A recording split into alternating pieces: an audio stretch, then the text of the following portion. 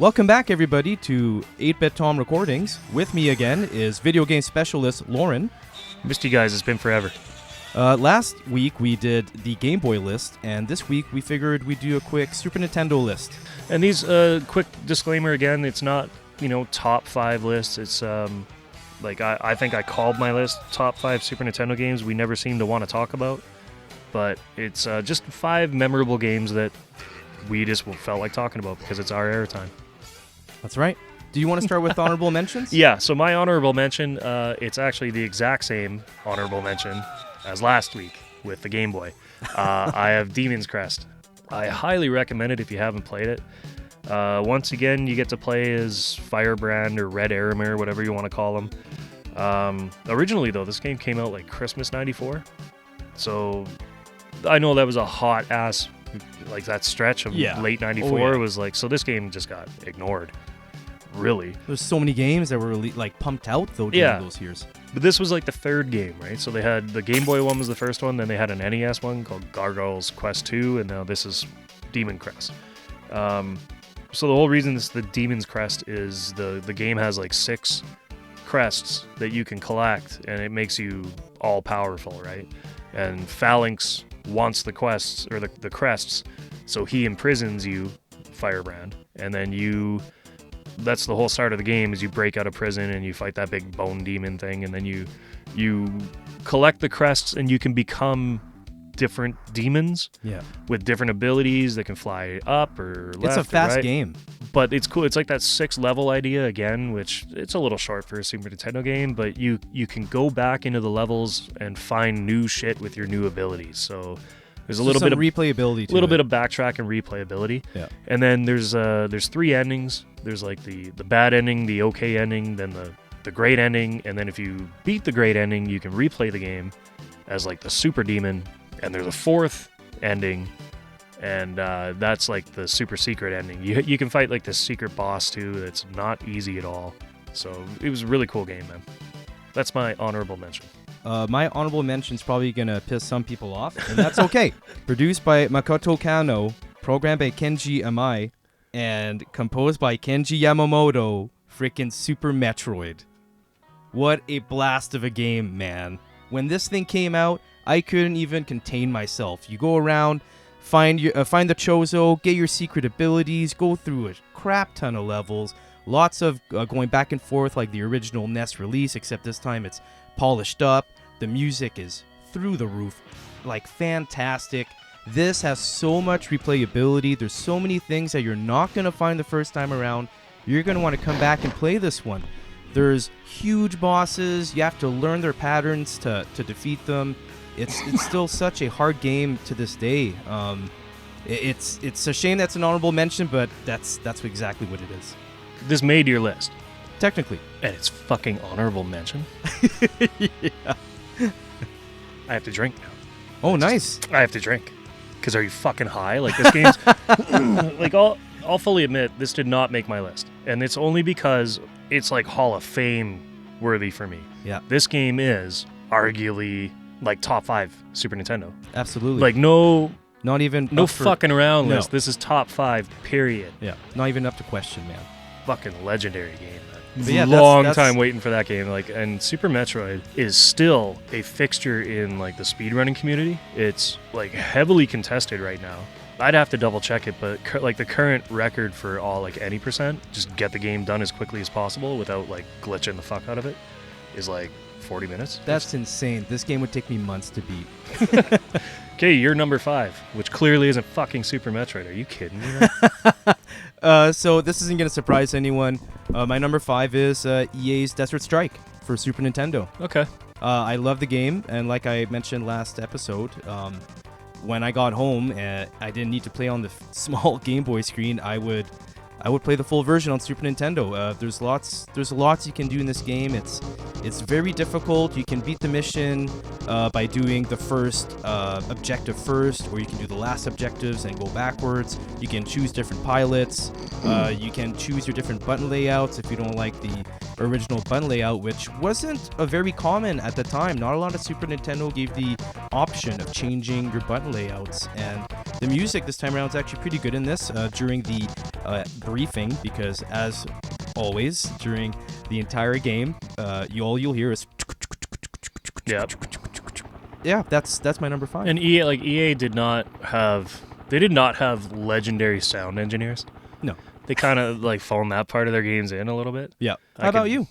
What's yours? My number 5 is Uniracers. No way. Yeah. So if anybody's never played it, you are literally like a animated fucking Uniracer. Nobody on it. You are what's literally the word? the Animophobic? Whatever. What the heck's the word? Anyway, I'm you can dumb right you now. Can I flip, can't think you of can it. 360 backflip. It's fucking Sunday and I'm 2 beer in. Come on, I can't think of the fucking word. You know who we should ask what that word is?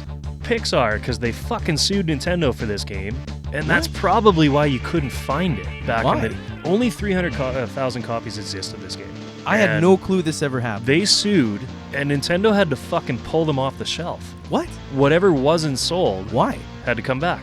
Because apparently Pixar thought they had the monopoly on animating fucking inanimate objects. Oh, good lord! I'm not kidding. And they won. What? How? That's insane. America, That's baby. insane. America.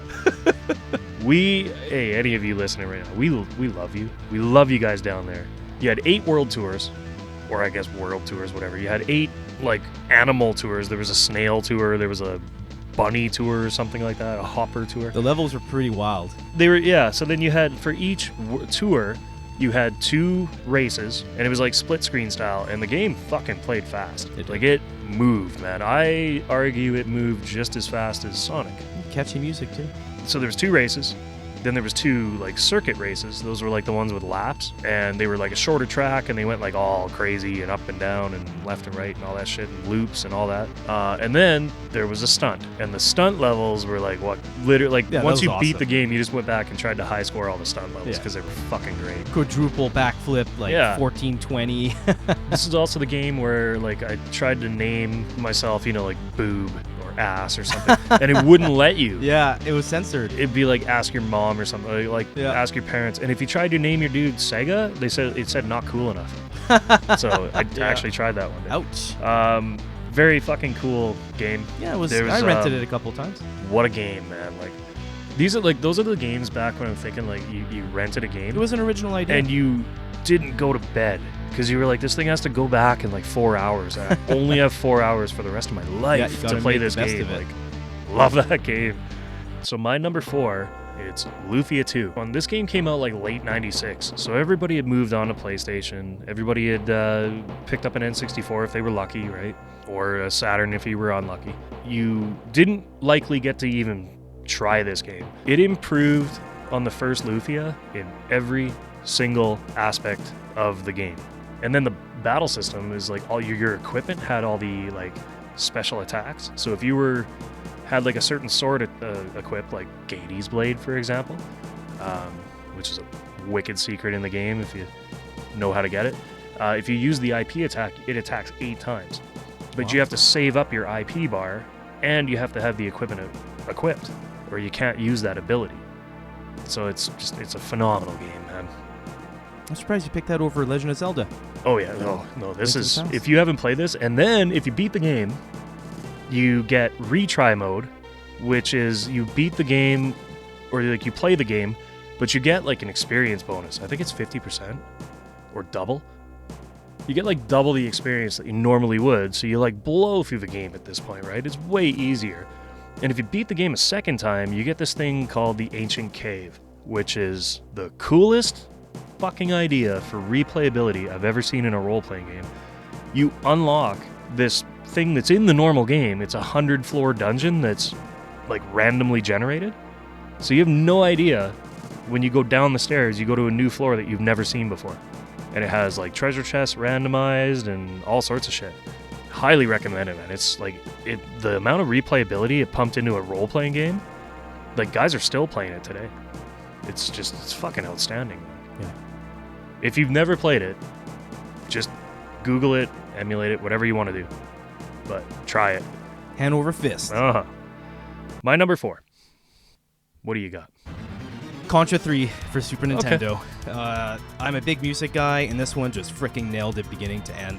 Generally speaking, if the soundtrack's going to be good, I'll probably play the game. What really draws me apart from games is really crappy music and awful audio, because then I don't want to listen to it, and who wants to play a game on mute?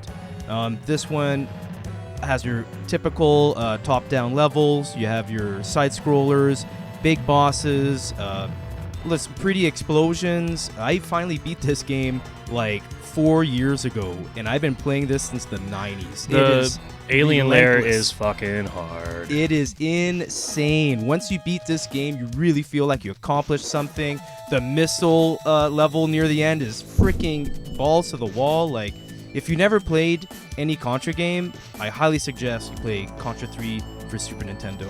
This was a sleeper, and I'm surprised it didn't sell more back then, but nowadays, this game is not cheap. No. That was your number 4? That's my number 4. Okay, what's your number 3? So there are 2 games. I'm cheating again. You fucking... I couldn't decide, so I pulled them together. Are they both Mega Man? No, they're not. I don't Surprisingly know I'm enough, allowing this then. Surprisingly enough, the Mega Man X series did not make my list, but they are great games.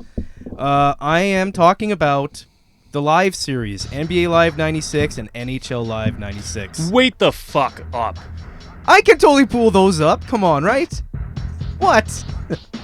That counts. I'm thinking back to the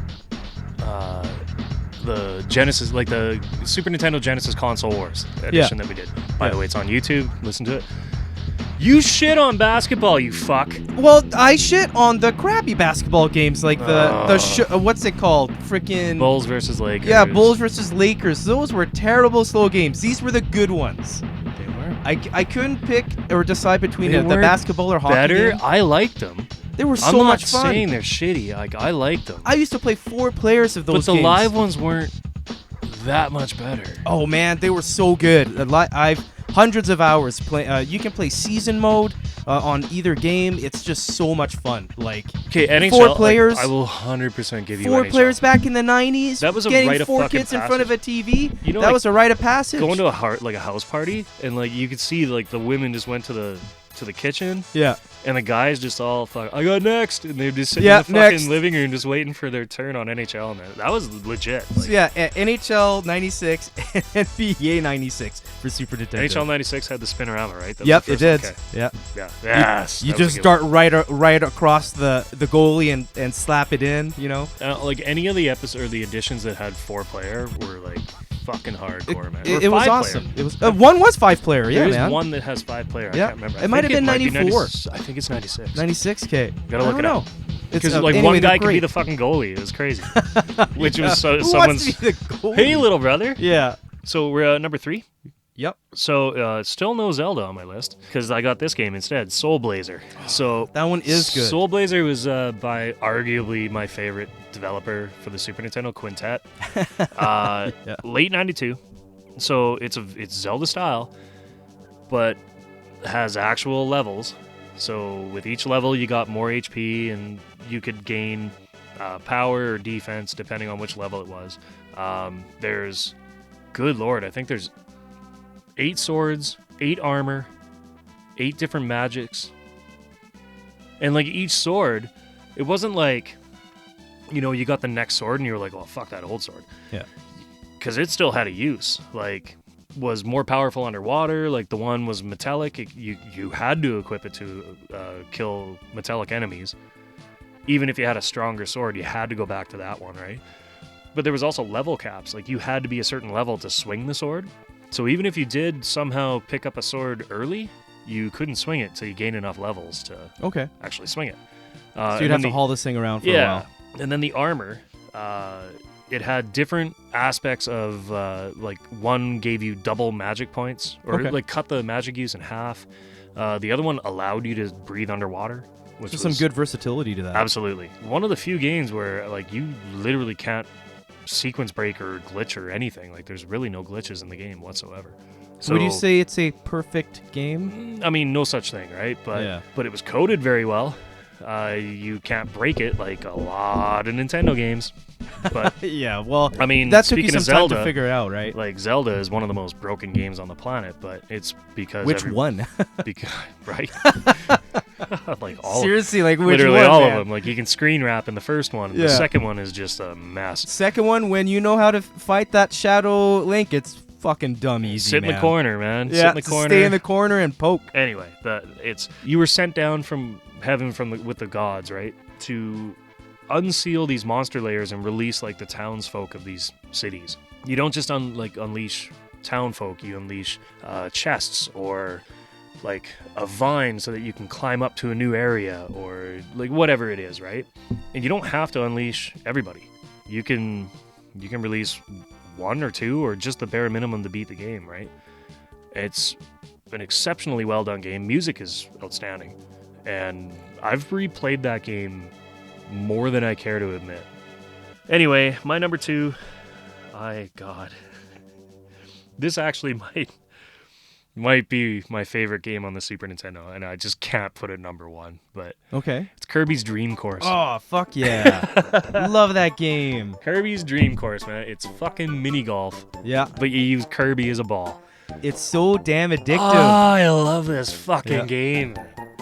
Finding how to do a hole-in-one on every single hole, like redoing it over and over. You will. And if you miss, getting in the hole, you lose part of your life, right? And if it takes you too many strokes throughout like the whatever it is, 8 holes, you die. You don't make it, right? And then you have to retry the level. So you have to get down in like 2 or 3 strokes per hole or less, no matter what. It was a great way to reinvent golf on Yes. the Super Nintendo because there were so many golf games at this point. They were all the same. When this one came out, you're like, oh fuck, I forget what Jack Nicklaus Golf or some shit. Fuck. Oh no, it's Wily Golf Course or whatever. There's that. There was like the Good Fighting Lord. 18 or something where you fought a fucking robot. It's so dumb. Or you played oversaturated. the perfect robot golfer, right? And This it one was stood dumb. above all of them. Like, Hal way more made fun. Hal's Hole-in-One Golf. yeah, That was actually fun. yeah, that's right. And then EA made their like shitty sim. Yeah, their version. That was the of, worst golf game. There's Ugh. just enough golf, man. But no, this. This is different. Oh, that game, man. So much fun. There was, Expensive as well. Sand traps. There was water traps. And if you picked up the power up that made you like the ice guy, you could freeze the water That's as you right. slid over Yeah. it. It was like, man, that Sub-Zero game. that shit. What a game. And then if you played Yeah. 2-player, you could fuck each other.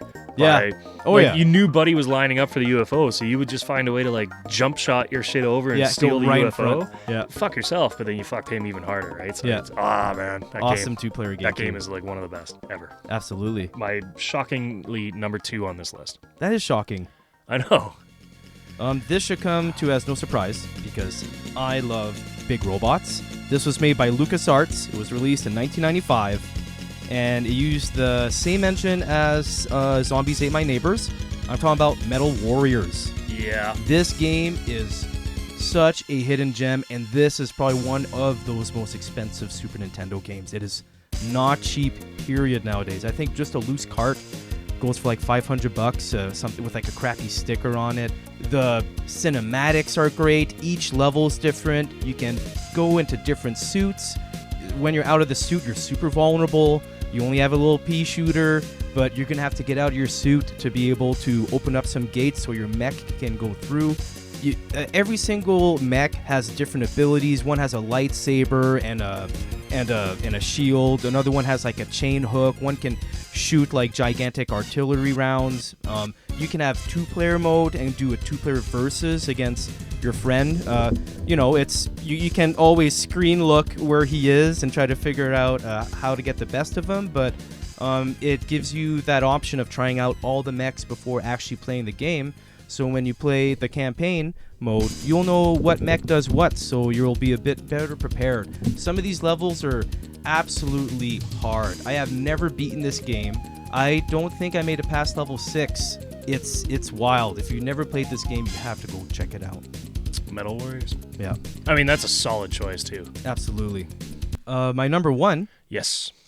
and this, Super Fire Pro Wrestling Premium X released on Super Famicom.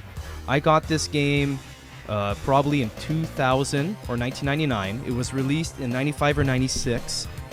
Human Interactive. And I broke. I was looking forward so much to playing this game. I broke the frickin' tabs on my Super Nintendo just so I could play that Japanese game, man. At the time, we didn't really have good wrestling games on Super Nintendo. We had the LJN Crap Fest. We had Natsumi Championship Wrestling, which was a All Japan Pro Wrestling game, but Americanized. It was okay. But this one, you can create so many wrestlers. You can edit the way they look. You can choose their move set. You can go through 4 players in this at the same time, or 2 versus 2. This game got me to learn kanji. It really did. Okay. Because there was no such thing as translation for any of this. You had game FAQs. So if somebody put it out on Game FAQs, you were lucky. Yeah. At the time, this wasn't on Game FAQs. I had to remember what some logos were just so I knew what to select. And this game is like the RPG of wrestling games. You can't do strong moves first because you're going to get reversed. If you do weak grapples, that's not a big issue, but they can be reversed. So generally speaking, a grapple beats a strike. A strike beats a strong grapple, and reversals always beat a grapple. So it's kind of like your paper, rock, scissors. Yeah, paper, rock, scissor of wrestling games. You can dive through the ropes. You can do top turnbuckle moves. You can do double team attacks. It's things that haven't been put into any wrestling games yet. This was a first of a lot of things, and lots of people didn't play this game because they were already on pretty much the PlayStation and N64, and WCW World Tour was about to come out. The SmackDown series was about to come out, so this one just came in a little late at the gate. If this would have been released in the early 90s, this would have been the best wrestling game at the time. But if you never played a good wrestling game for Super Nintendo, this is the one to check out. Okay. Hand over fist. There is no other better wrestling game. Still isn't for that console other than this one. No, that's outstanding to know, actually, because they're very easy to go back and play right now. Absolutely. Right? What's your number one? Okay, I wish I knew. My list it's is not actually, Super Mario World, is it? No, God, do I fucking look like Adam Blank? Like, come on. Oh, God. So I got 2. Yeah. But it's not like when you have 2. Okay. If I live in Europe, my answer is brain dead, no question, Terranigma. Is Castlevania? Terranigma. What is it? Is the name of the game, and it was released by Quintet. It was never brought out in North America. One of the rare games that came out in Japan and PAL territories, but not here. And it's, if you want to call it the trilogy, the Soul Blazer trilogy that everyone seems to like to talk about. Sorry. Soul Blazer is number 1. Illusion of Gaia is the second one, and Terranigma is the third. Okay. It is kind of the magnum opus of that top-down Zelda style for Super Nintendo games. It's wildly better in every way. The boss fights are they're massive. You have tons of weapons that you can find in the game. The armor. There's all sorts of items. There's magic. There's a great story. There's so you're essentially in this world where there is the upper world, which is the outside of the planet, and then there's literally on the inside of the crust, on the inside of the sphere, is another world. And the outside is growth and prosperity, and the inside is decline, and you essentially call the outside one God and the inside one devil.